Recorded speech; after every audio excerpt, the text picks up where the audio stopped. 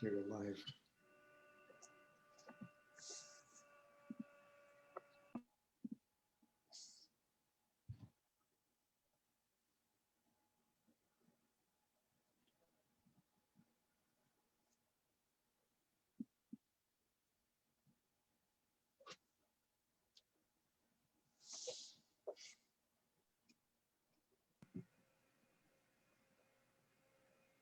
Well, good evening, everybody.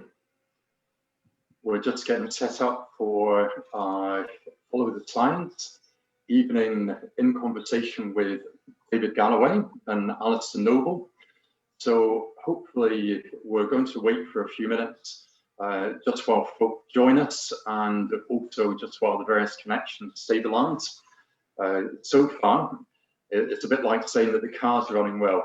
So far, everything's been going fine. So we're just going to wait for, oh, that's good. I've just seen a notification to say that we're live just now. So that's always encouraging to see.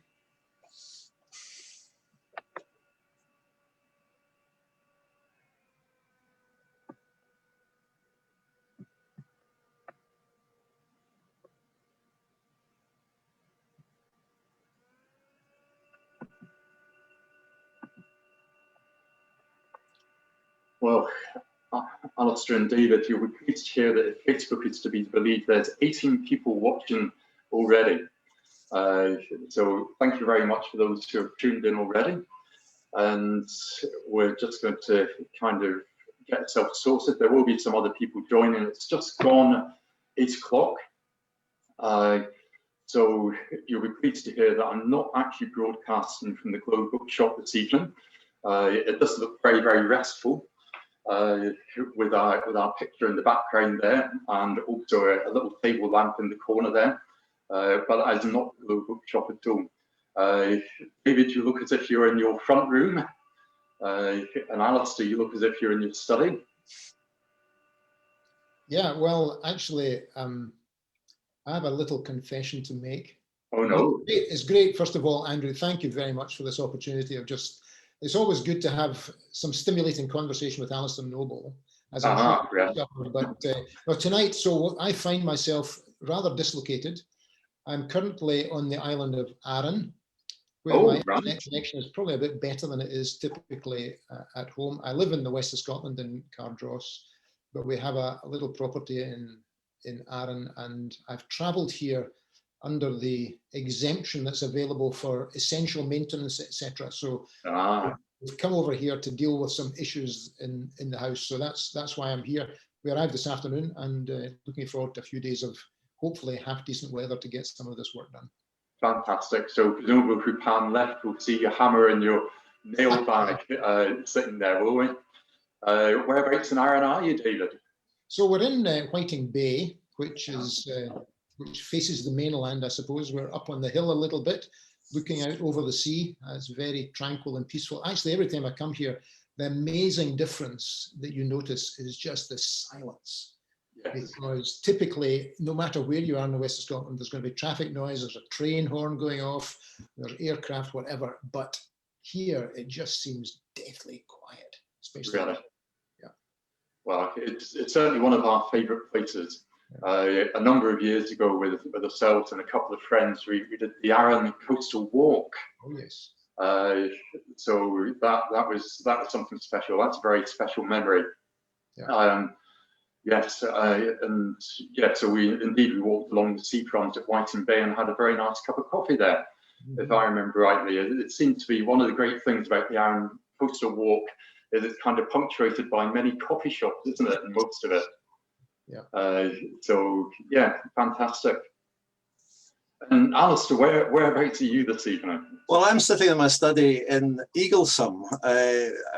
Most of you will probably have driven through Eaglesome at some point, but it's a lovely little village, although it's extended quite a bit to become a dormitory village for Glasgow and around. In fact, my house here is only 10 miles from the city centre, but it is quite rural, and Eaglesome is a rather pleasant place altogether. I apologise for my study. I read recently about the kind of background you should have for these online events. Mine breaks all the rules. And part of the reason is that I've had to house a doll's house for one of my grandchildren temporarily. So when my friends ask me what it is, I say it's a model of the tabernacle or something, but it's actually a doll's house, and it all looks a bit cluttered. Eaglesham, if you have time to stop and look around sometime, you'll find that it has a very interesting history. The name means hamlet of the church. Right. And there's a church in Eaglesham, Church of Scotland, that is on the site where there have been churches since about the 10th century. And there's a lot of Covenanting history around Eaglesham and some interesting graves to look at. And also, Eaglesham has a remarkable distinction of being the place where the Deputy Führer of Nazi Germany landed in May 1941 in a field just a few hundred yards from where I'm sitting at the moment. So there's lots to see around Eaglesham. Right, and then of course Straven's claim to fame. I'm broadcasting from our back room in Straven, as I believe that Rudolf Hess was taken to Dungaville. Well, that's right. He was trying to get there apparently, but landed here. And it was taken into a farmhouse just literally across the field from where I'm sitting. And the farmer's wife thought he was just another mother's son in the German Air Force and said to him, "You'll be needing a cup of tea." But it was his last cup of tea in freedom, I'm afraid. Yes, so there we go. There's a sort of connection which I didn't realise. I sort of knew that he sort of crash landed, didn't he? Somewhere slightly away from where he should have been. So it was maybe yourself he was looking for, Alastair. Oh no, I wasn't around then. So anyway, David and Alastair, again, thank you very much for joining us, and welcome, a formal welcome to everybody who is tuned in.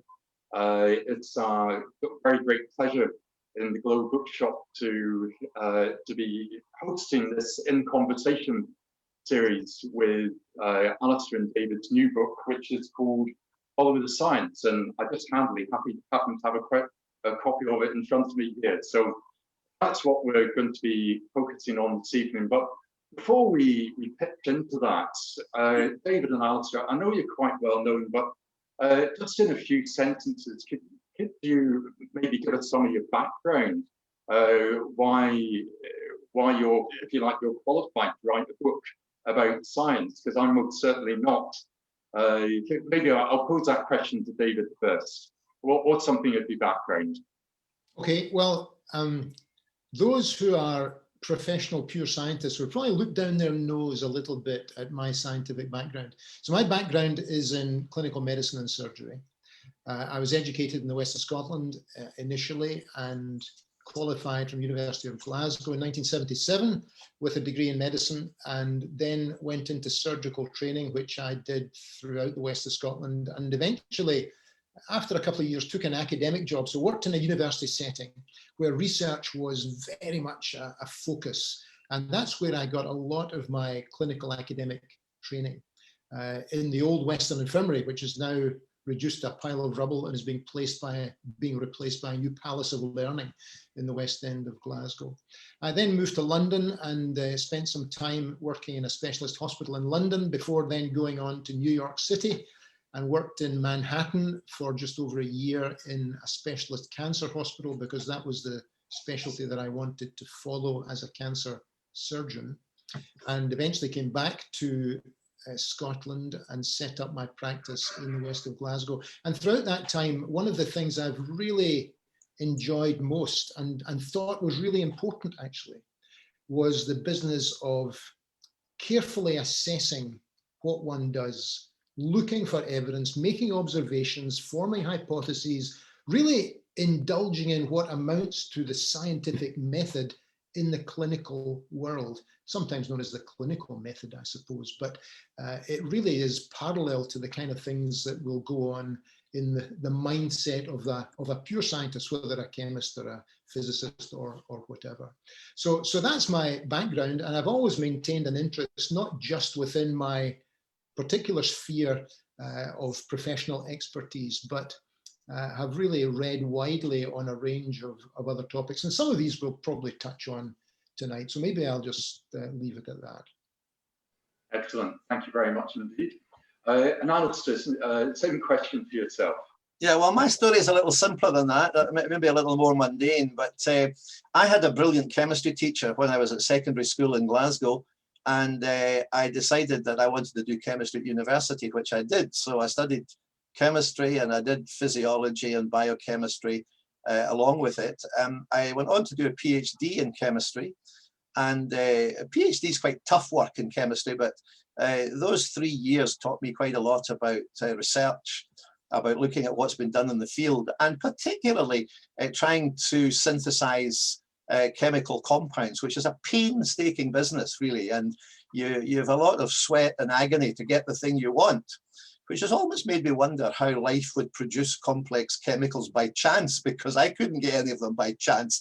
I had to work jolly hard to get relatively simple molecules put together. However, I've always been attracted to teaching. I did a little teaching at university, and I decided to go into secondary school teaching. So I was a high school teacher, taught in Paisley Grammar, taught in Graham High School in Falkirk, and then left that to work in the BBC for a time in their education department, then an advisor in education, and was a schools inspector for a number of years, and finished up working in education administration.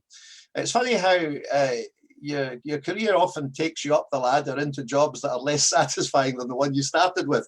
And the thing I liked best of all was just teaching chemistry. And I was privileged to do it to some very, very bright and intelligent pupils across my life. So that's my story.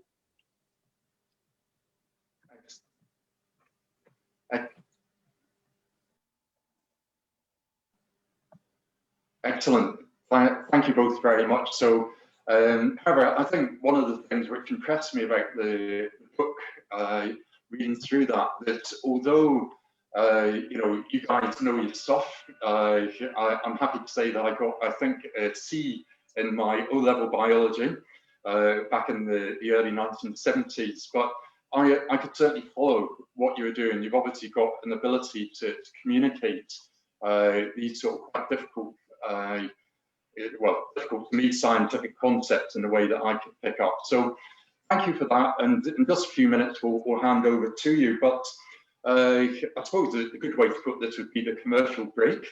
So if anybody wants to go out and put the kettle on and make a cup of tea, this is a good opportunity to do that. And then we'll hand over to David. So, but I do want to just do our little commercial break from the Globe Bookshop, because one of the things which we are privileged to do is to work with local authors, even if it is the Isle of Arran and Eaglesham, but to work with the local authors and just help them not only promote their books, but also just say something about what goes into the background of the book as well. And that's one of the things through lockdown as well, we've had the privilege of doing. It would have been nice to do that in the shop, but obviously that's not possible at the moment. And particularly for both Alastair and David, you've been great supporters of Glow over the years. You've been involved in different ways, and it's a real privilege for us to be working together with you. And of course, it is David and Alastair who have done the hard work. They've had to do all the writing. They've had to deal with the proofreaders and sending it backwards and forwards. So there's been a lot of work getting the book to this point. So congratulations and well done. In a moment, just before we hand over to Alastair and David, I do want to say to you that there is the opportunity to ask questions, and we're going to give a wee shout out to Miriam. If you get a message on your comments from the Globe Bookshop, it's not me, it's actually Miriam, who's my right-hand woman at the moment, and she's sitting in a bedroom in Motherwell, and she'll be sort of picking up your questions and your comments. And if you do have any questions that you want to ask, then we will try and get to the questions later on. And obviously we do have a special offer. Normally Alastair and David's book, Follow the Science, is £9.99, but over this week we've got that on at £7.50. So it's £7.50 for the book. So a quick calculation, that's 25% off. And what we're also doing as well is we've got copies of David's book, which is called Controlled Chaos. And we've got a wee special on this book at £8. And we've also got Alastair's book, Born in a Golden Age, and likewise £8, or buy any combination of them for £15. So those are on the website, or of course you can contact us directly. So the final thing, which I'm just going to say, is that in the bookshop, we are, of course, looking forward to being open to all our customers again as from Monday of next week, Monday the 26th. And I want to say thank you. A lot of folk have supported us through this period of lockdown by phone, internet, social media orders. Really appreciate that. But putting my small business hat on, I would also really encourage you to think, as lockdown eases and as your local businesses get open again, they've really been struggling over this period. So do shop local, support your local businesses. They really need your help to get their businesses back on their feet again. So anyway, that's my little sermon out of the way. And at this point, we're going to hand over. Well, I'm not sure who I'm going to hand over to. Who's first? David is. Yep. It's David. Okay, David, let's hand over to yourself. Okay, Andrew, thank you very much. Thank you very much for the initiative in putting this together, for the invitation to Alastair and myself to allow us this opportunity just to connect with some of your network and to say a little bit about this new book. I suppose in some respects it's been a bit of a lockdown project. Alastair and I had often spoken about the importance of highlighting some of the issues that we pick up in Follow the Science. And the trigger really was that phrase. And that really got us focused probably about September, October time of last year, when we began to think, you know, there's something here that we really ought to try and develop. And we had some conversations with John Ritchie Publishing.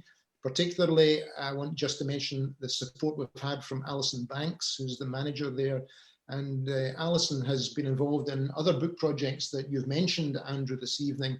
And she was very supportive of this notion that we might actually come up with this particular project that's now happily come to fruition.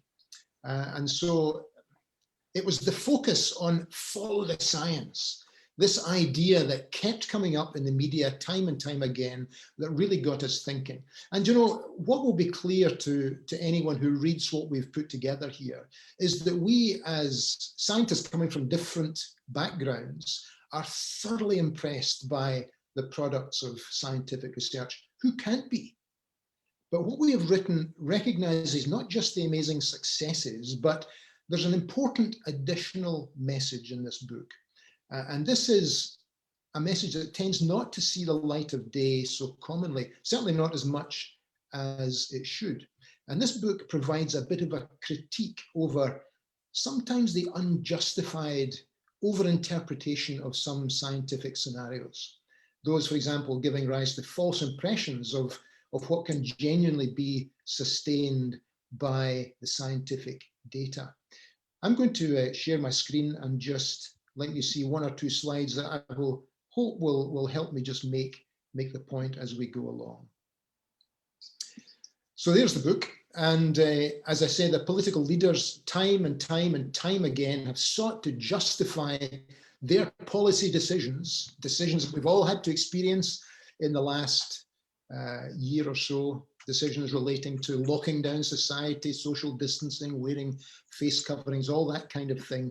And these have become realities of every aspect of our lives over the course of the past 12 months or more now. And of course, time and again, what our political leaders have tended to do is that they've tended to hide behind this notion that what they're doing is being guided by the scientific evidence. And actually in my business, you know, scientific evidence has become a big ticket item because there are now journals of evidence-based medicine. People like to base what they do on something solid, and scientific evidence or good clinical evidence is often taken to be that background, that basis. But as the pandemic continued to sweep across the world, no one kind of failed to notice that there was a rising skepticism amongst the public and indeed amongst different aspects of the scientific community. You had epidemiologists arguing with one another over the efficacy of different policy decisions that were being made in relation to school closures or masks or whatever it happened to be. And of course, the daily press conferences that took place focusing on this virus from Downing Street or from Holyrood. You know, often you would find that the politicians would be flanked by a couple of medical scientists or epidemiologists or whatever, just to emphasize this point that what they were pushing out there, what they were imposing upon the public was grounded in science. Now, I have no argument with that. We can discuss the detail of that. That's not the focus of the book, but that was the trigger that got us started, this business of following the science. And of course, some of the politicians really got into a little bit of difficulty because it became increasingly clear that the science wasn't really an entity. It wasn't some kind of monolithic authority that just held sway over every decision that they were being forced to make. It's not some kind of certain enterprise.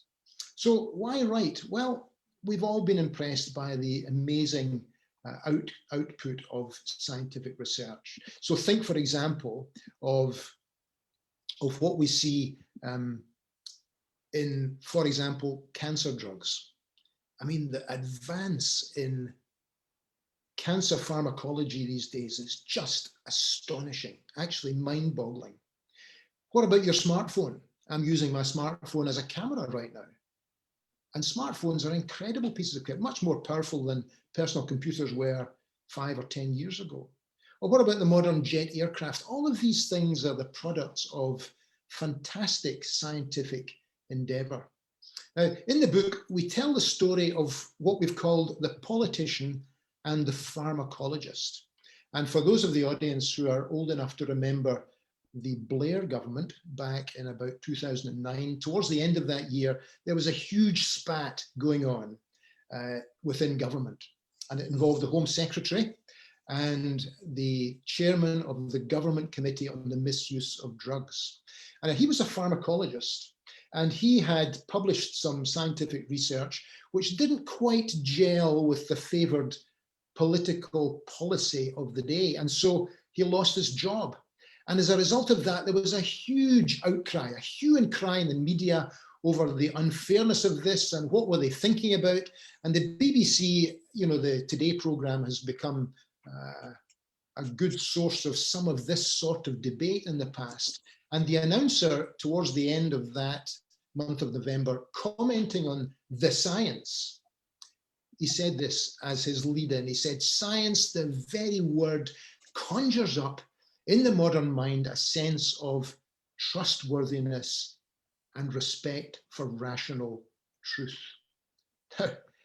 This was exactly the sort of thing that got Alastair and I thinking about the kind of message that comes out of the scientific understanding. And there are probably 4 assumptions that people make about the role of science in life. For example, first of all, it's commonly thought that science is a source of really understanding the cosmos, the universe, and the natural world. Secondly, it has almost unlimited reach, it seems, in dealing with every aspect about knowing things. You know, we get this notion, as the government seem to have, as the politicians seem to have, if you can't prove it scientifically, maybe you can't trust it. And there's actually an extreme form of that, which we talk about in the book. It's called Scientism, which almost gives science some kind of exclusive right over an understanding or an appreciation of truth in this regard.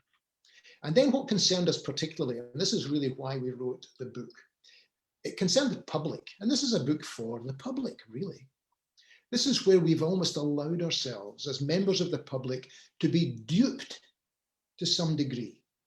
We respect scientific authority, sure we do. And we assume and we accept that the conclusions that the scientists draw must be accurate and trustworthy.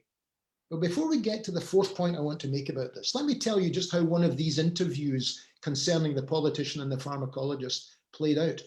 On the World this weekend, the weekend after this poor, unfortunate senior scientist was sacked by the government, the World this weekend brought in Robert Winston, a well-known media figure, a doctor, obstetrician and gynecologist by background, but well known as an infertility researcher. He's done lots of programs about the body and so on, and really remarkably gifted communicator.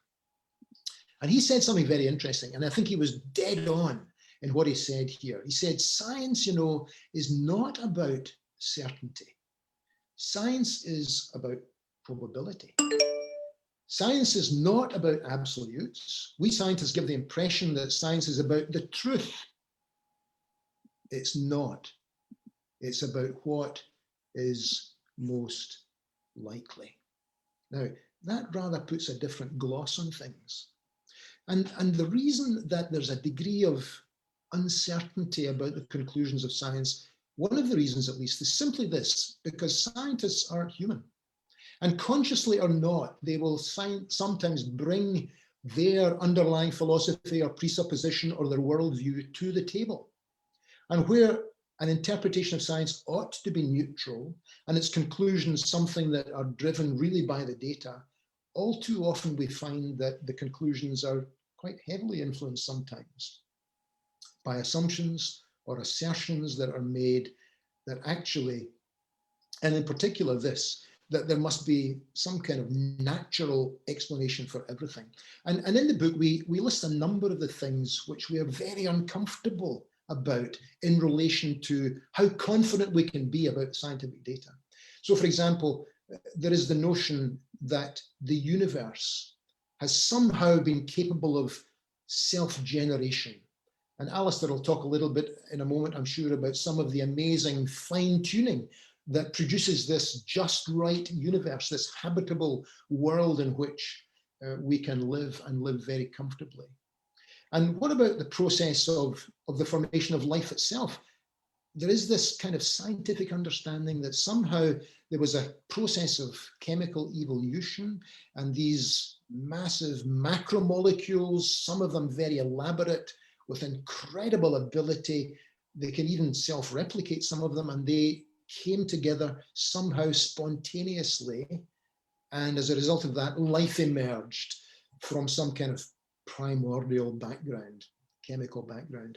And actually, as we began to look at the evidence for that, we're thinking, this is not something by way of a conclusion that can genuinely be sustained by any of the data that's out there. And so we wanted to call that into question as well. And then, of course, there's the whole business of the diversity of life and the complexity of life. And we touch on that a little bit as well, about the genetic code, about information in biology and so on.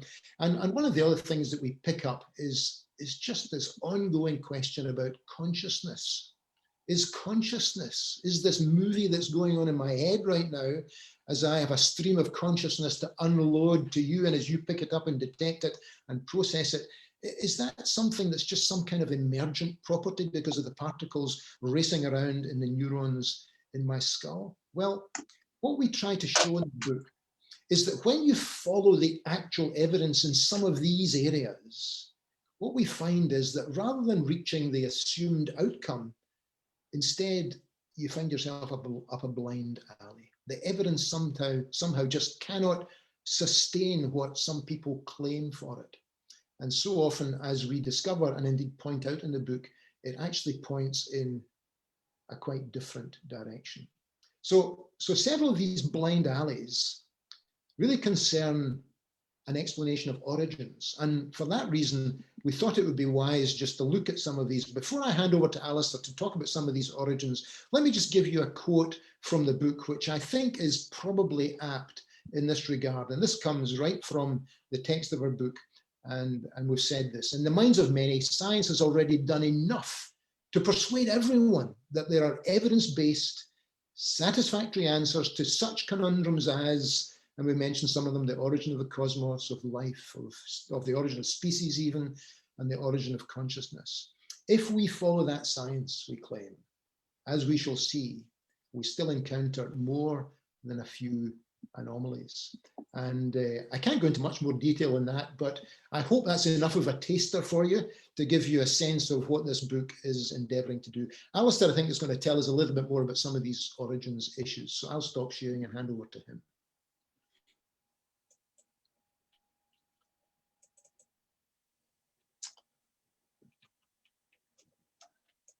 Thank you, David. as David said, this is a project that we embarked on during the lockdown, and it is a result of many conversations that we've had about the direction that science has taken. I'm a great fan of science. I'm in no sense anti-science. I have loved being a student and teacher of science, but I do find myself a little perplexed to find that there is a degree of overreach from science when it comes to the origin of the universe and the origin of life. There's a popular view that science makes a creator unnecessary and that the scientific method can explain our universe in terms of natural law. But there's a bigger question. The bigger question would be, but what about the natural law itself, and where would that have come from? And how do you get natural law? And these are the kind of questions that have intrigued me, and particularly in the last 10 years or so. This is a page from the Daily Telegraph in April of last year. I'm not sure if this is the article that sowed the idea of follow the science in my mind, but it is one of them. And Tim Stanley is talking about what David was referring to about following the science in the present crisis. And he says our policy in this crisis is justified by the discipline, but data is lacking and the experts are divided. And in the course of this, he makes the point. The point is that science is not a religion or an ideology with all the certainties these entail. It is a method of analysis, and as such, it ought to be accompanied by doubt and debate. And as David said earlier, science leads us to what is most probable, but you cannot get an absolute conclusion from science. Many scientific conclusions are pretty certain, but there should always be room for doubt and for debate.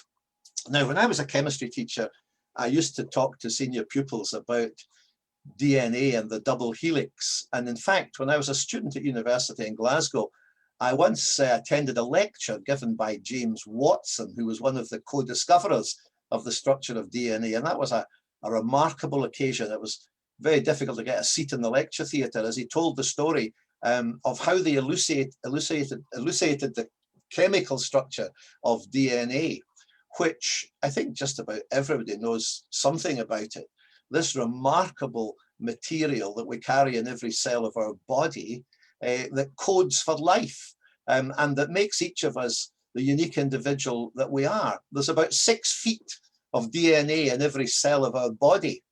And it's just a remarkable substance. And I used to find pupils were fascinated by this.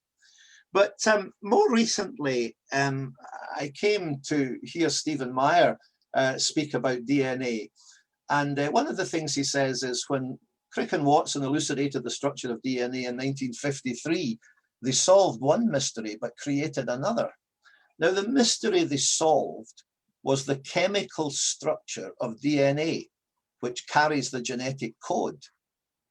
But the mystery they didn't solve, in fact, I'm not sure I ever heard either of them speak about it or write about it, is the origin of the chemical information, the origin of the information that is carried in DNA, because DNA operates like computer software. And that raises the question as to the origin of that information. There's a diagram of DNA, and it's these chemical units across the spine of DNA, the C, G, T, and A, these units, cytosine, guanine, thymine, adenine. It's the order of these. They're not regular, they're not random, they are coded, and they carry information. And as Stephen Meyer has said, intelligent mind is the only known source of specified functional information, like newsprint or computer software. Now, I remember about 15 years ago, sitting in a lecture, listening to Stephen Meyer, it was in Cambridge, talking about the information content of DNA and saying it's a legitimate scientific question to ask. What is the origin of such sophisticated information? Bill Gates said the information in DNA is more complex than all his computer programs. And I'm supposed to believe that this arose by chance. Well, that seems to me the opposite of a scientific conclusion. And the scientific conclusion would surely be that the information coded in DNA comes from something akin to intelligent mind. And I just remember that moment when it dawned on me that DNA is a powerful argument for a mind beyond the chemicals, a mind that set that information, coded it into DNA in every cell of our body and just about in every living thing. So when you think about origins, this for me is a powerful argument to lead to the idea that what we are looking at is the product of a supreme intelligence. And we talk about that in the book. Interestingly, when British and American scientists unraveled the structure of the, when they decoded DNA in terms of its functions and all the power that that would have for medical science, when they elucidated the human genome in its entirety, this press conference, transatlantic press conference with Bill Clinton and Tony Blair, Bill Clinton used the phrase, "Today we are learning the language in which God created life." And I think that gets pretty close to it. That would, to my mind, be a very clear scientific conclusion to draw from it. Francis Collins, who was the lead scientist in this, and a Christian, interestingly, maybe wrote the script for him. But for me, this was a powerful argument, a scientific argument, clear scientific evidence of a supreme mind beyond the chemistry of life. And I think this is the kind of thing that Christians should try to understand. We're not advocating God of the gaps here. We're looking at something that's actually there, information that's actually there, and that cries out for some kind of scientific explanation. So the book deals with pointers to design, and in the main deals with these 4 pointers, information which I've spoken about, the complexity of biological systems, or the irreducible complexity, I'll speak about that briefly in a minute, the fine-tuning of the universe we live in, and the phenomenon of consciousness. Now, the classic example of biological complexity is one that Michael Behe, a biochemist, has written a good deal about. This is a diagram of a bacterium and the little tail that comes from the bacterial flagellum. When scientists look carefully at the junction of that flagellum and the cell wall, what they found was the most incredible piece of equipment built with various proteins which enable that flagellum to rotate at remarkable speeds and change direction in a fraction of a second, and to find 30 or so moving parts within that mechanism. And this is only one of thousands of complex systems in living things. And the point about it is, if you take any part of that away, it just doesn't work. And this presents a huge problem for a random evolutionary explanation of how this came about. How do you evolve by chance a 30 moving part molecular machine, every part of which is necessary for it to work? The whole idea of natural selection, selecting what works and what gives advantage, just doesn't work when you look at this kind of mechanism. And that is a scientific proposition, that you have to have a better explanation for this than random chance and natural selection. The fine-tuning of the universe is a colossal area, but we try to simplify that a little in the book. And we talk about the forces that guide our universe, everything from the force of gravity to the strength of chemical bonds. And scientists are agreed that the value of these forces are very finely set so that any minor variation would make life as we know it impossible on our planet. Now, Paul Davies writes about this, and you'll notice he got a little book called The Goldilocks Enigma. And you look at the question in the center there: why is the universe just right for life? And he concludes that the universe appears to be designed with a high level of ingenuity. And it's hard to escape that. The point is, this is not just chance. It looks as though this has actually been set in incredible detail. So much so that Fred Hoyle, the cosmologist, once said a common sense interpretation of the data suggests that a super intellect has monkeyed with the physics as well as with the chemistry and the biology. Now, you see, these are not theological propositions. These are scientific conclusions that the universe is so fine-tuned that it looks as if it was meant to be that way and deliberately set that way. And we explore that a little in the book, I hope at a reasonably simple level. And the fourth phenomenon is the whole idea of our consciousness and our awareness of ourselves and of the world around us. And Thomas Nagel, a philosopher and lawyer, says this is just not explicable in terms of neo-Darwinian ideas about nature. There's something about our consciousness which points beyond ourselves and again points towards a supreme intelligence. Just notice what Nagel says about Darwinism, a heroic triumph of ideological theory over common sense. Now that got him into quite a lot of trouble.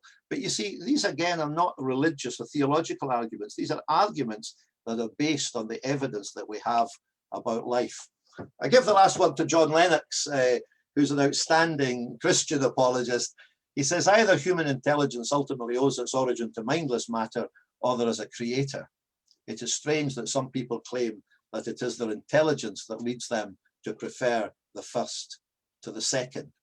So these are just some of the ideas that we explore in the book, but we have set ourselves to explore these ideas at a straightforward level, at a relatively simple level, and we hope it will be accessible to all who read it.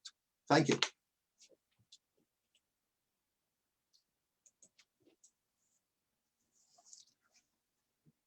Good. Maybe I'll just pick up for 1 or 2 moments more, Andrew, and then hand back to you. We kind of thought that we ought to just highlight the way that we bring the book into land, so to speak. And in the second part, or at least towards the end of the book, we come to a point where we actually make some kind of assessment of whether or not it's reasonable, logical, rational, sensible to hold a view that God exists with a view that affirms the importance of a scientific world. And while Alastair, I think, and I have maybe suggested strongly to you that to imagine that science is the only way to know the truth about the natural world is patently not correct. If we start with the assumption that only a natural explanation about the world is acceptable, even when the evidence fails to support that or indeed contradicts it, the only option really then is to adopt some kind of materialism of the gaps argument, indeed an argument from ignorance. And in reality, it's because we know, as Alastair said, and we recognize these certain characteristics within the scientific evidence, within that observation, we can conclude that there is a clear and consistent explanation available because we recognize it working in every other aspect of our lives. We know where information, for example, comes from. So what about this business of science and theism? Well, I'm just going to give you a very brief taster of this because I reckon one of the arguments we make in the book here is probably worth the price of the book itself. Let me just show you one more slide, if I may, and hopefully this will at least entice you to follow this up a little bit. So there's a tendency in our society to imagine that the advance of science has somehow made belief in God just untenable. The idea that, you know, if you can understand how things work, then there's no need for any designer to be involved. Now, that idea is flagrantly illogical. It breaks the rules of logical thought. It's a bit like saying that because we've unraveled the detailed complexity of some piece of machinery, that it can't possibly have been designed. I mean, it just does not follow. And yet, that is the way that some thinking seems to take us, seems to take some scientists, admittedly, and certainly seems to take some of the public who are prepared to go along with this idea. And one of the concepts that we outline in this book is not original to us. This is an argument that has been developed by people like C.S. Lewis, by J.B.S. Haldane back in the last 100 years or so, but has really become properly systematized by a very well-known Christian philosopher called Alvin Plantinga, recently retired from Notre Dame University in the United States. And he's a book about this, a book-length description of this argument entitled Where the Conflict Really Lies. And in it, he basically points out that if you were to take two worldviews, one atheism leading to a naturalistic explanation where you're dependent upon naturalism and some kind of evolutionary process by natural selection to produce everything in life, including our neurology, our cognitive faculties. That's very different from the worldview of theism, that God designed the cosmos, designed life, designed our consciousness the way it is, and has produced our cognitive faculties. And in the book, we basically outline this argument very briefly, and we do it using this diagram to show that if you were to take a naturalistic evolutionary position, actually to hold these two things, it makes no rational sense to hold these two things for the following reason. Because if these two things, naturalism and evolution, and it's not an argument against either of them specifically, but if you hold them together, that is what produces our cognitive faculties. That's what produces our perception. That's what produces our behavior. That's what produces our physical ability. That's how the whole system is said to work. And therefore, that is what contributes to our survival. Now, notice, and this is the pivot, these cognitive faculties, dependent upon our sophisticated neurology, also give rise to our beliefs. But if these beliefs have to be looked at in some detail, they are unrelated to our survival. They're almost certainly not, maybe not completely unrelated, but largely unrelated to our survival. If that's the case, then there must be a very high chance that all of these beliefs are not true, that our trust in these beliefs cannot be taken as secure. And so to hold naturalism and evolution together leads us to a point where we can't genuinely trust the belief output of our cognitive faculties. And so pretty much everything that we believe under that system is called into question. So rather than science and faith being in conflict, science and naturalism are in deep conflict. And we lay this argument out in the book and compare it to the idea that if there is a conscious designer who has produced everything in the cosmos, including our neurology, including our ability to survive and navigate in the environment, but also including our beliefs, then there's a much higher chance that our beliefs are genuinely beliefs we can trust and are much more likely to be true. Now, I'm conscious that at coming on to 9 o'clock in the evening, that might be a little bit of challenging philosophy. We lay it out in a few pages, try to simplify that argument, and I'd be very keen to discuss that. I'm keen to commend that idea to you, because rather than science and faith being in conflict, in fact, the opposite is true. Science and faith are in concord, and science and a naturalistic understanding of the world, logically speaking, are in deep conflict. And I think that's an important message to lay out. I think I'm going to stop there rather than saying anything more, because I reckon that we've probably taken up quite a bit of time. And I hope that's given you a flavour for what we've tried to do in the book. We've been quite keen to avow our Christian worldview ourselves and show that actually it concords very nicely with an understanding of where the scientific evidence actually takes us. So that's why we've called the book Follow the Science, ? Be wary where it leads. Back to you, Andrew. Thank you very much. Thank you. David and Alastair, thank you very much indeed for those presentations. Really appreciate it, and like the book, very clear and straightforward, making these sort of quite difficult concepts very understandable. So obviously, as we mentioned, there's an opportunity to ask some questions. We had invited questions beforehand. We've got a few in. And obviously, if anybody's got any questions, by all means, drop them into the feed at the moment, and we'll come to them in just a moment. But you did mention our good friend, Alison Banks, down in John Ritchie's, and she was kind enough to send us this wee note. So I'll just read that out just now, and we'll then turn to some of the questions. And Alison said, when we were approached by Alastair and David with an idea to publish a book on this more academic theme, we had to think about this, as it wasn't our usual genre.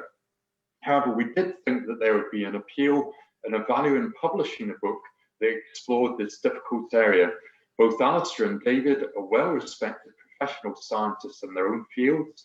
They are well-respected and valued in their local church fellowships, and they are active in ministry and evangelism. We had no doubt that they would work well together to write a significant book, and we are delighted with the results, Alison says. We've really appreciated the opportunity to work with them, and we find that the project has come together very quickly, taking only 8 months to get from original proposal and to get into print, which is very, very quick. We've obviously been involved in the background in some of these things, so that's really good work. She goes on to say, we've already had very positive feedback, sales have been excellent. The title has been reprinted to go on a special take note promotional feature, which is available through participating Christian bookshops all over the country. And so that's a special promotion that one of the wholesalers puts on. So that's gone from Scotland, it's gone right the way through the country. And she goes on to say, we pray that God will bless both Alastair and David for the hard work in bringing this book to publication. And we pray that he will use this important book to speak into the hearts and souls of readers and for the extension of his kingdom. So that's very, very kind there. So, okay, so we've got a number of questions coming through here, and by the sound of things, we've got some people that don't have quite as many grey hairs as I do, who are listening. And this is actually an interesting question. So, based on what you have found through writing this book, would you encourage more young Christians to go into the science field, presumably to go in and study science, to continue on with studying science? Would you encourage more young people to do that? Would you like me to pick that one up? Sure. Yes. Yeah, do you know, science in its various sort of sub-disciplines, if you like, I think has been an incredibly interesting and fertile field for people who might be tempted to get into it. I would strongly encourage people, irrespective of their worldview, whether Christian or not. I mean, a career in science ought to be an entirely neutral business as far as worldview is concerned. The reality, of course, is it's not. And we have, Alastair and I have both found that some, particularly people who may have a Christian worldview, have run into some difficulty as they've tried to navigate their way in an academic science world. In fact, on one occasion, we were down in the Houses of Parliament and had to make representation for a young PhD student who had found exactly that problem, was running into real difficulty with his supervisor because of the views that he held that were based on a theistic worldview rather than on a sort of more naturalistic one. And so sadly, the issue of academic freedom is a real point of contention sometimes, but nevertheless, I don't think that is enough to be able to convincingly deflect someone who might be interested or ambitious to follow a career in science. I would strongly commend people who have an inclination that way to follow their dream. Yeah, absolutely. If I could maybe just add a word to that, I agree with what David said. You know, one of the ironies of it is that it was actually committed Christians almost entirely who gave us modern science in the West. You know, the pioneers of modern science in the West, and we enlarge on this a little in the book, were totally committed to a theistic view of the universe. In fact, believed that science was only possible if there was a designer, a creator that made the world predictable and understandable. So Christians should have no hesitation about going into science because it's a natural field for those who are Christians. But in common with other areas of life, there's a kind of arrogance. There's almost a kind of, I once used the phrase intellectual fascism developing about the science of origins, that you are not allowed to hold a contrary position. And so I would encourage young people to go into science. Maybe in your way through science, you want to keep your head down for a while, but what you really need to do is you need to develop your own intellectual resilience in understanding what nature says about its origin. And the opportunities will come probably in due course for you to raise these in a way that makes people think. So don't be deterred from going into science. Choose your battles in science. Science has incredibly enriched our lives, but it is at the moment deflecting many people from faith, and that is a challenge.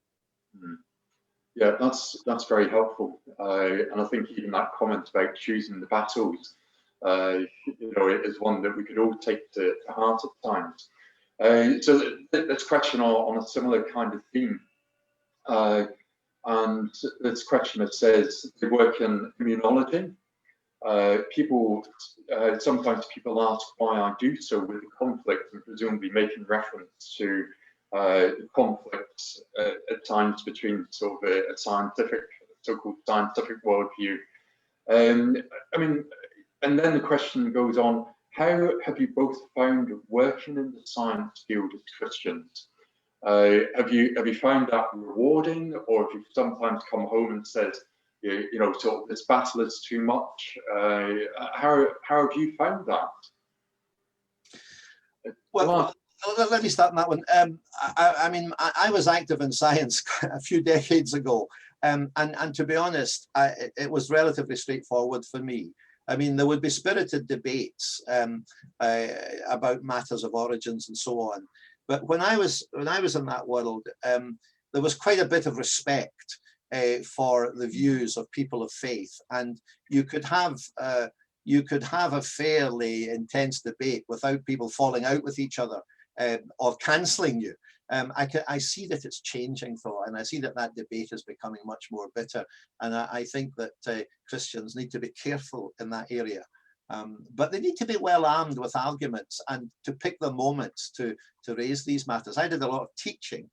And interestingly, I've had one or two senior pupils who have said to me that it was a study of science, and particularly chemistry, that led them in the first instance to think about God. Now, that you couldn't ask for much more than that. Yeah, absolutely. David, have you got any comments on that? Just how you found? My experience has been similar in the sense that I've never found it a particular disadvantage. I mean, I see that in some of the controversial issues of the day, the cancel culture has really taken hold. And I'll maybe say a word about that in a moment. But as far as science is concerned, I think there's an underlying sense that a naturalistic explanation exists for everything. My problem with that is that the evidence doesn't point in that direction, and certainly doesn't support or sustain that position. And the difficulty I think people have is that they just assume that, or they maybe even are more aggressive and they assert that without really having the evidence to back up their position. And when you begin to pick away at it and challenge it, and I think you do need to be prepared, and I think you do need to have an understanding of both your own worldview, perhaps, and an alternative view of things, in order that you can really get into a sensible debate about it. But I think being prepared to really hold the ground and ask people to genuinely follow the evidence where it leads, then I think they will often find, as we have certainly found, that you come to a very different conclusion. Just on the question of, if I may just make a brief comment on the question of the cancel culture. So some of the other issues that in medical practice come up relate to some of the big ticket items of the day, whether it's gay marriage or whether it's related to trans ideology or whatever. And you can hardly even breathe any of these words without someone being ready to call you out as a phobe of some sort, as a homophobe or a transphobe or something. I would encourage people to be aware that when that happens, that's simply an ad hominem attack. That is nothing other than name calling. These things never really engage the argument or get into the debate. And I think when people do use that technique, you should simply and politely call them out and say, that's simply all that is, it's name calling. You're not dealing with any argument that I'm putting forward. You're not dealing with the evidence that we're trying to discuss. You're just trying to deflect it. And I think it's important that we're ready to speak up and stand in the face of what is essentially irrational behavior that shuts debate down. We want to have that conversation with people. Yes, that's very helpful advice. In fact, that sort of ties into a question which has come in here. And I think we've probably all had this kind of experience at one time or another. Is where you're sort of placed in that situation where somebody suddenly realizes that you're a Christian, you go to church, whatever the conversation is, and they say, you don't surely believe in all that rubbish, do you? All that God created the world stuff. And within that kind of conversation, what have you found have been helpful responses to make? Bearing in mind that, you know, if you're passing somebody over the garden fence, or at work, you maybe don't have an arrow sewn. What have you found have been helpful responses in that kind of, you know, where you get that kind of assertion? Yeah, well, I think one of the first important points is you need to be prepared so that you can almost anticipate this kind of thing. But when someone makes a claim like that, you know, claiming that your position is just all that creation, rubbish, nonsense, believing in God and so on, call them out on it immediately. Don't let the opportunity go, and don't let the moment slip, because essentially what someone is doing there is that they're making a claim. And if you make a claim, then you ought to have the burden of proof to sustain that claim. So I would say, oh, just explain what you mean by that.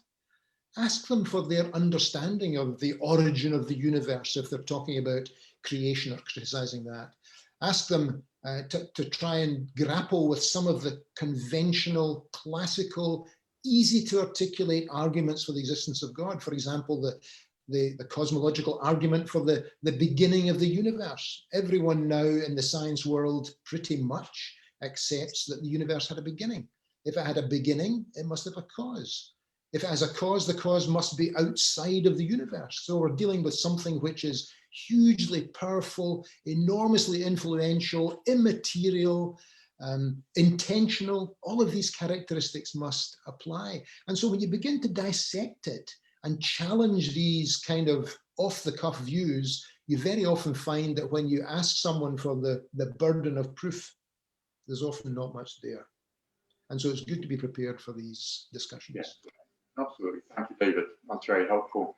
Alastair, I don't know if you've had any sort of helpful thoughts on that, the neighbour over the garden fence? Well, one of the things that I have learned over the last few decades is that in this debate around origins, science has committed itself to a particular philosophy, to the philosophy of naturalism. Now, it took me a while to understand that the assertions that are made about the universe coming out of nothing and life arising by chance, these are not scientific findings. These are findings based on a philosophy that there cannot be anything beyond nature, and that's an assumption. And that was quite a revelation to me when I really grasped that that's what was happening. And so I find that if I get into debate about these matters, it's helpful to raise that and to say, well, I mean, listen to the scientist. Richard Dawkins says, we don't know how life began. Lord Martin Rees, the astronomer royal, said, perhaps the universe began as a fluke. And you would be entitled to say, is that the best explanation you've got? It's a fluke. Whereas I'm trying to argue that it bears all the signs of rational design.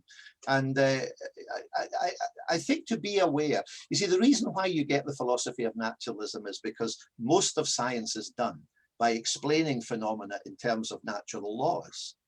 But when you come to explain the origin of the natural laws themselves, the debate is lifted to a different level.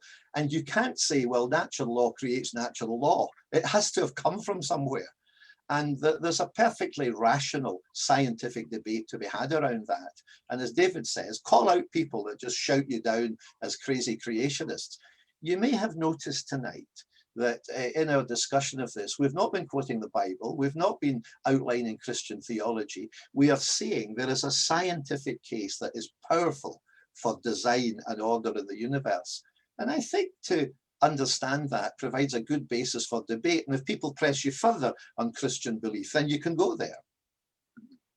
No, that's very helpful. And I think that's one of the things, over the years I've been very conscious of, perhaps particularly listening to yourself, Alastair, and the work with the Centre for Intelligent Design, is you're working with scientific principles, which is actually very helpful. Just a quick question here. And I think we can draw comfort from this. There's a question: is this new book set at a similar level for the non-specialist? So I think what is being picked up here is we're not talking in very specialist terms. Obviously, we're talking in, or you guys are talking in scientific terms, but you're not talking in very specialist. Is this new book set at a similar level for the non-specialist? Well, if I could come in on that, yeah, I would say that was certainly our intention. It is very easy to make this area so complex that people say, I can't cope with this. It's kind of beyond me.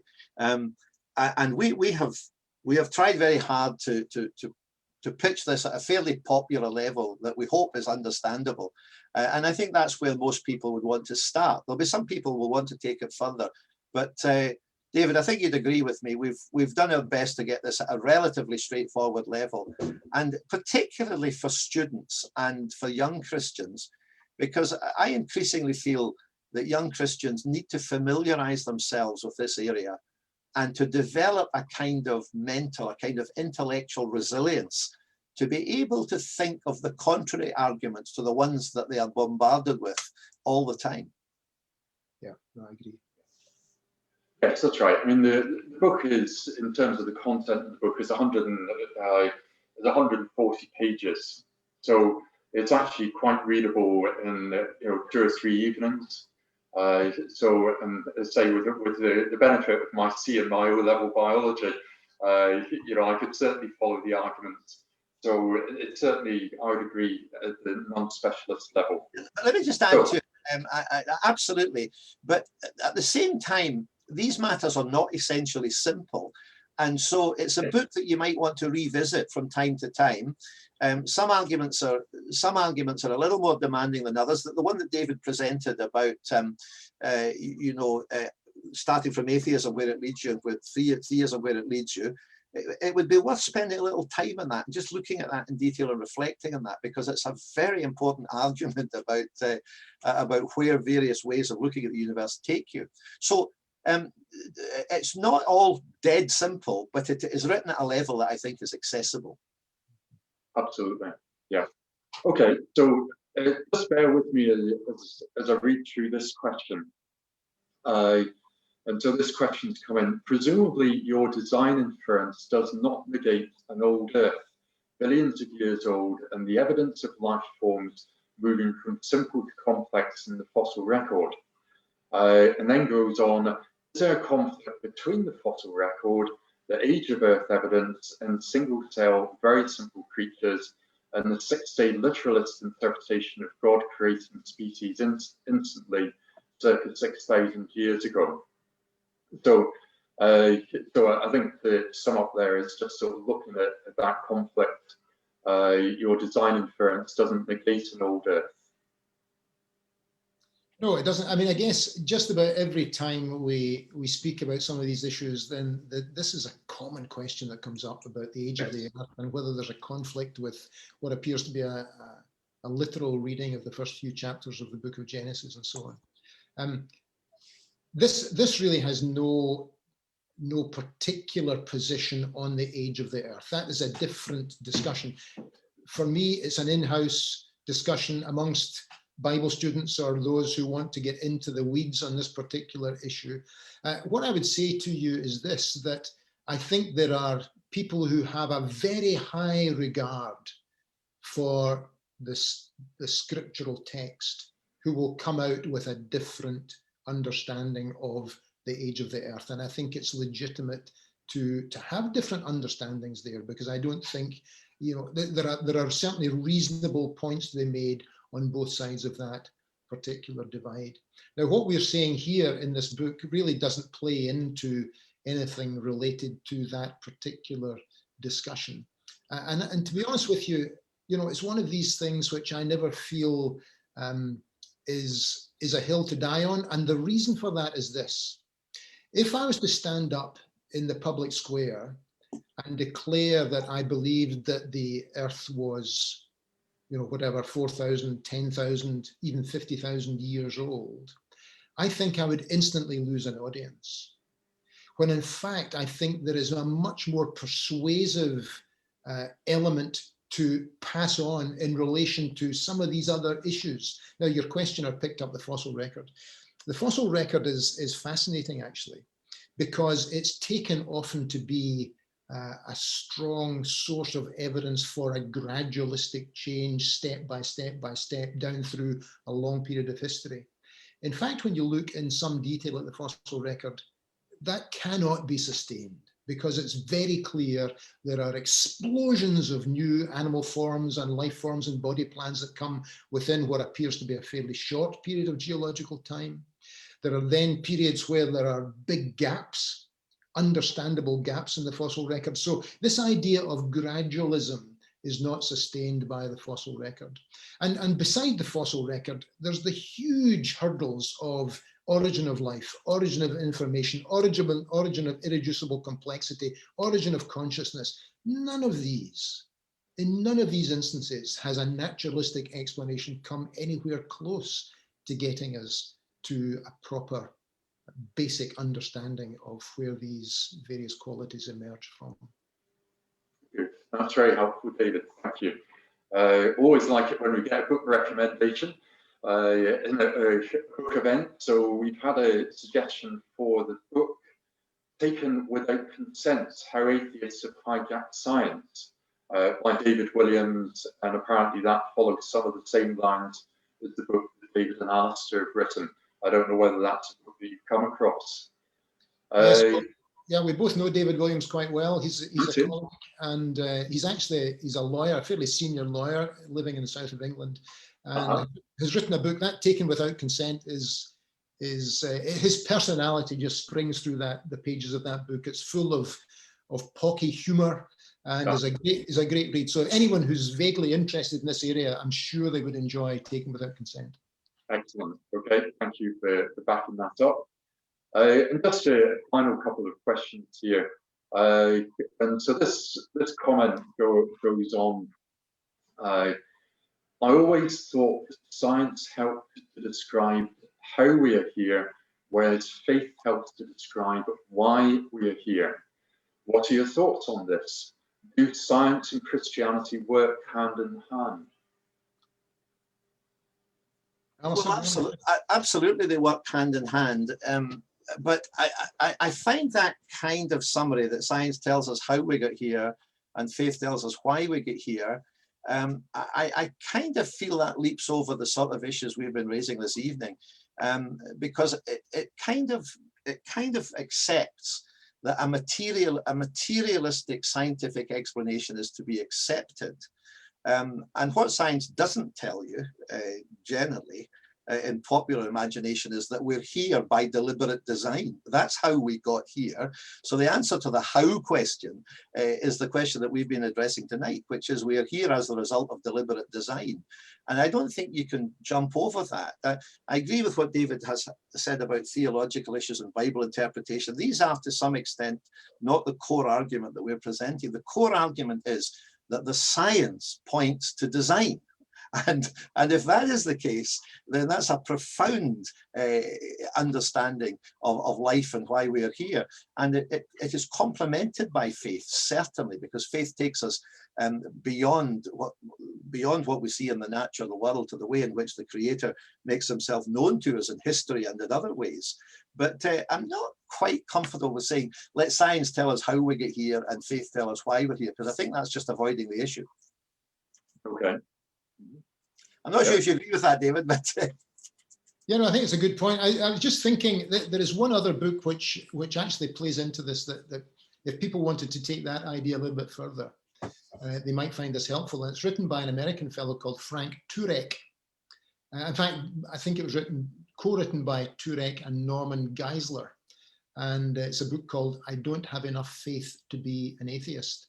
And it just takes people through the progression of, if truth is real, if there is evidence for God, and if it's scientific evidence, so be it, then God exists. Then if that's the case, then we need to look and see whether or not there is any authenticity or reliability, trustability in the scriptures, and what do we make of that? And then it gets you right down into the sort of Christian exceptionalism I suppose, talking about things like the evidence for the resurrection and all of that. So it takes you on the whole panoply, right from questioning whether truth is real, right through to the evidence for a Christian worldview. Good, thank you. So we're going to wind back around to a question that you probably actually covered a number of these points, but I think we've got two comments along the same line. And basically, do you have any advice for young Christians going into the science field? If you were able to give some words of advice to young Christians going into the science field, what would that be? Alastair, do you want to pick that one up? Well, what I would say to them is I would encourage them to familiarize themselves with the kind of arguments that we outline in our book. Because let me tell you, just to divert for a moment or two, there was a research recently in the United States about why many Christians lost their faith at university, and turned out that a very high proportion of them lost faith at university because the way in which they were taught Darwinism and scientific materialism. And what this survey showed was that pastors in America would typically preach one sermon a year on scientific issues. But the alarming fact was that only 1% of youth pastors thought that this was an important area for young Christians to be concerned about. Now, that seems to me to be quite devastating. And so the advice I would give is familiarize yourself with the scientific arguments that David and I have been alluding to tonight, and which we've tried to write up in our book. Familiarize yourself with these, because they are compelling arguments for the existence of a designer or a creator. And even if you don't feel able to expound that yourself, have it in your own mind that there's a very credible, sound argument for believing that the universe is meant to be the way it is and is designed to be the way it is. And I think, if I'm understanding the question, I think that will give you a kind of, I use the phrase again, a kind of intellectual resilience to cope with the materialistic philosophy which has been imposed on science. Good, that's very helpful. Thank you. And I think that phrase, intellectual resilience, is one that we all need in the current climate. So, you know, just a final question here. And the question is, what support can local churches or local church leaders give to or offer to Christians in science? What kind of support do they need? And what kind of support can be offered? Have you got any thoughts on that? Yep. I'm not sure. Has Alastair disappeared? No, I'm here. He's there. Okay. Well, I mean, I think what support can Christians provide? I think they do need to be alert to the reality that the scientific endeavor has incredible power, but is also limited. I think Alastair's made that point very well already. I think they need to be aware of the threat to the mindset that people have about the importance of science, because it's very clear that the public have been, to a certain extent, led along this blind alley to believe that there are certain so-called scientific truths which are actually not really sustained by the evidence. So I think local churches have to be aware of this whole patch. And indeed, I think that's maybe one of the reasons that we felt compelled to try and get this sort of information out into the public arena, really, just to challenge some of these ideas, but also to give those who might be somewhat cowed by thinking that their Christian worldview cannot stand up in the face of all this scientific onslaught, just to give them some strength, some steel to let them see actually there is an important area of preparation here. So I think the kind of support that Christian churches ought to be ready to provide is not to ignore this, but to engage with some of these arguments that we've laid out in this little book and to follow them even further in order that people are genuinely equipped. This is going back to that point. Alastair has used the phrase several times. It's a good one, and you've picked it up, Andrew, this business of being resilient and ready, being prepared. And being ready to get in and demolish some of the arguments that need demolished, because they do need to be demolished. Yes, excellent. If I could just make a comment just to endorse what David's saying. I mean, David and I have been working at this for quite some time, and I've been giving talks on this for, well, 15 years or more. And I take to myself the fact that people will often say to me, well, that's very interesting, but that's kind of beyond me. And there's a kind of sense it's not terribly important, very interesting, but it's not terribly important. Actually, it's quite crucial. And I'm constantly looking at ways in which these matters can be made accessible to the average Christian who's not particularly interested in science, but does want to know about this. Because if you think about our children, our grandchildren, our young people, they are going to face an onslaught of scientific materialism. And we need to find a way of conveying to younger Christians and to all Christians a kind of sense of the things we're talking about tonight. If you allow me one Bible verse, I would use a verse where St. Paul talks about how God makes himself known. And he says, what may be known about God is plain because God has made it plain. That's from Romans chapter 1. And the kind of things we're talking about tonight are not esoteric. I mean, they're pretty straightforward. And it's to get that degree of clarity about why we think the universe has a creator and a designer that we need to work on that, all of us. Excellent. Alastair and David, thank you very much. And what we're going to do, I think that's a very nice lead-in, Alastair. Thank you, because what we always like to do whenever we meet with authors in this way, whether in person or on Zoom, but we're very conscious that a book is often the way that people come to faith.